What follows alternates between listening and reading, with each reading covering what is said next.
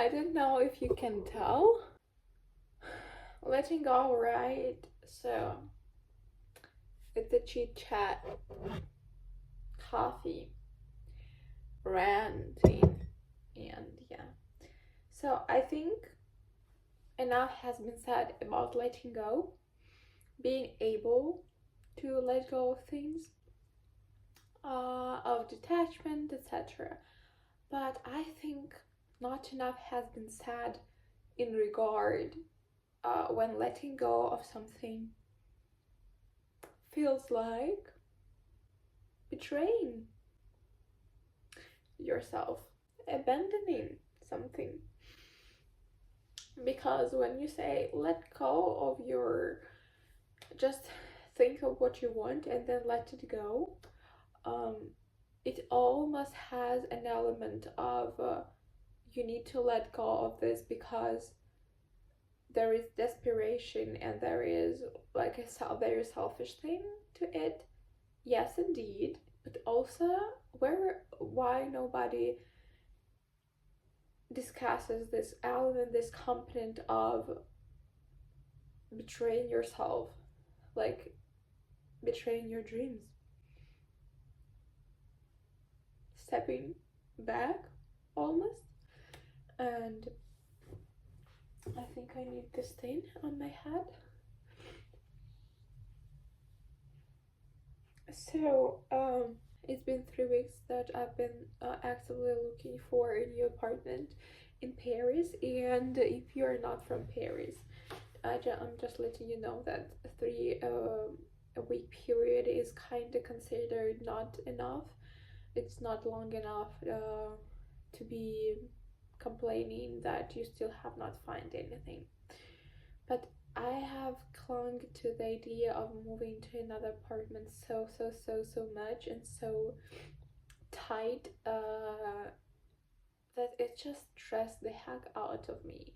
And I've just come back from another visit of apartment that has been a mess, and I cried during the apartment tour, the apartment visit. And thank God for always facing. Somehow I always face very genuine people, very genuine landlords. Like, thank God, honestly. So I cried there in front of him because I obviously saw that I was not a contender for him, and that's okay. But why I cried is that he asked a question, a triggering one for me, and I just couldn't hold my emotions back. He said, "So what's the problem with the apartment you're living at now? What's the major problem? Why exactly do you want to move to move?" And I said, "It's not even that it's on the outskirts. Uh, it's not that it's not that there is anything wrong with the apartment. The apartment itself is a beautiful apartment. It's a duplex. Uh, Honestly, I have a great bathroom, but there were two major problems. Of course, one of them is that it's far from the center, but it's not the major one. The first problem is that I think I will not discuss one of those. One of the major problems that I'm willing to discuss is that I have the roommates that are very, I don't want to shame them. I don't want to throw shade on them. I don't want to say that I'm good, they're bad. I just want to say that our values are so far apart. Like, these are my values, these are theirs. I think I might leave it at that. Yeah, at the end of the day, it's literally values. Yeah, because usually when you say we're just different people, we don't get along, there is almost superficial air of saying this. Yeah, like it's not a big deal, but just think of what our values, of how different, in what ways our values can be different, and to what extent. Okay.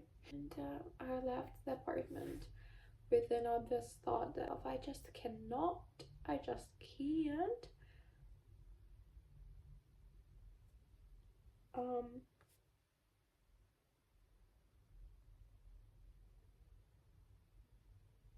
exhaust myself in so much stress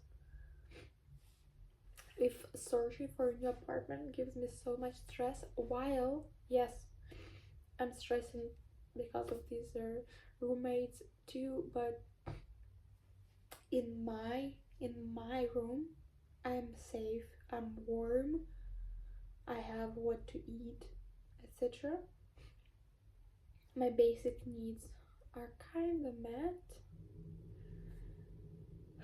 to one extent or another. Maybe it's just better for me to let go of this and just search occasionally on the internet for the new options popping up and apply for these options, but only from a space of love and delight and ease. Speaking of the muttons, the topic of the video, did it feel like a betrayal of my own self? Absolutely. But I think in during these 2 hours, 1 hour, 1 2 hours, I've just decided that it's just transformed from feeling like a betrayal to maybe a better way of living right now, and more peaceful way. At the end of the day, the bottom line is what is for me is coming. Yeah, guys, please share your stories if you've had such stories when you chose to let go of something that felt like betraying yourself, but at the end of the day, it all worked out for best.